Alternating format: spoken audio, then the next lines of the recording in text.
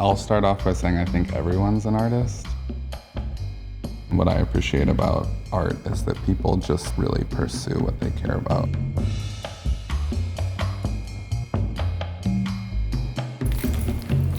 My studio is in Hunters Point in San Francisco. I make painting, sculptures, installation. Welcome to my studio. I wish I could say I was organized, but I'm not. Things are just everywhere. Kind of depends on what I'm working on. Here's my deer, as of now, unnamed. Had this rock for 8 years, I love it. It reminded me of Castaway, and I was like, oh, now I have my own, like, what's his name, like Wilson? Yeah. So Wilson lives there. I just have a very intuitive painting process, so I'll just stare at it, find little areas that I think need something depending on what kind of series of painting I'm doing, and then just start to like plug in. So this piece is a triptych that depicts Buffalo Bayou. I was pulling from these NASA maps that showed air quality in Houston. The blue was kind of the clearest air. There's areas that get like red and purple that were like the worst air quality. In using those air quality maps, I was able to kind of talk about, in my head, redlining and ways in which pollution was enforced on the landscape and communities around there.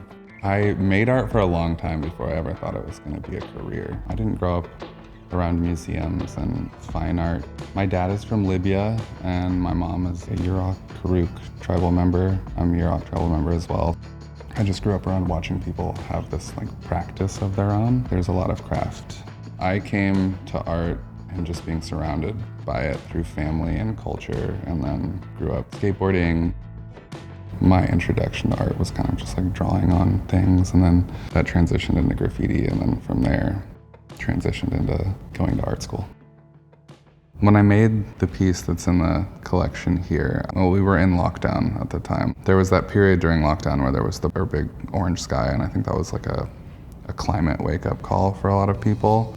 Family and my mom do cultural fire stuff. The work they're doing overlaps with what everyone is experiencing. The palette from the fire maps at the time is what inspired the palette for the painting.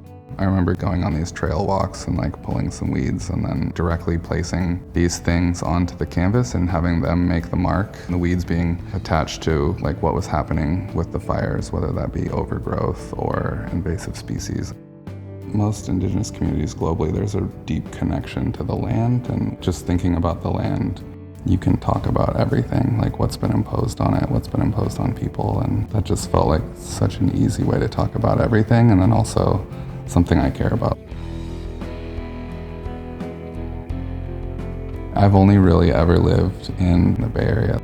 I appreciate the community, I appreciate the diversity. There's a history of social activism and engagement that I feel like spills into a lot of the way people make art. My hopes for the Bay Area art community are the same hopes that I have for the Bay Area, that it's like feels more equitable and livable for everyone. I think people being able to have time and not work like multiple jobs to survive inevitably leads to people having the ability to make art and be present in different ways. I'm grateful to be able to make full-time and be able to like structure my life around my family and making things. I don't know that anything is forever, but I'm grateful for it now.